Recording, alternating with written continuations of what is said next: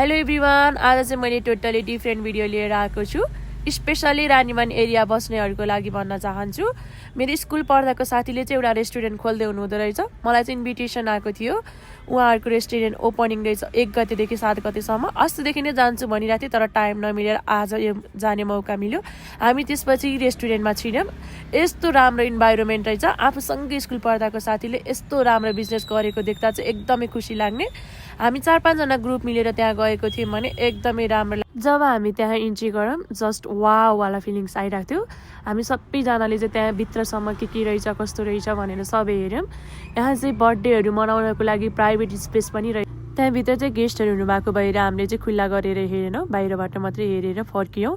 त्यसपछि सबै हामीको मनपर्ने चिया मगायो। चिया खायो। चिया त जस्ट वाउ वाउ यस्तो मिठो थियो।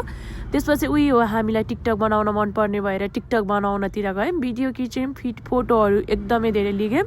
यस्तो राम्रो क्लियर एन्ड एकदमै राम्रो देखिने मिरर पनि राखिएको रहेछ र त्यहाँ मदानी चाहिँ त्यो क्याफेको नाम माथि रहेछ। त्यसपछि यहाँ यस्तो राम्रो इन्भाइरोमेन्ट हामीले पुरा क्याप्चर गर्न त खोजिरहेको थियौँ, तर पुरै क्याप्चर चाहिँ भएको छैन भिडियोमा। यहाँहरूले आफै भिजिट गरेर पनि हेर्न सक्नुहुनेछ।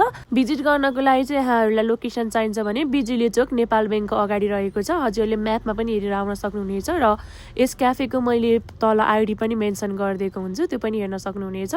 एकदमै राम्रो छ। हामीले त कति धेरै फोटो भिडियो टिकटकहरू बनायौँ।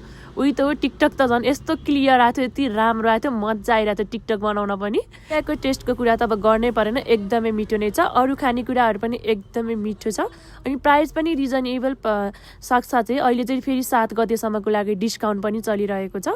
हामीले धेरै फोटोहरू खिच्यौँ र त्यहाँबाट निस्क्यौँ। Thank you.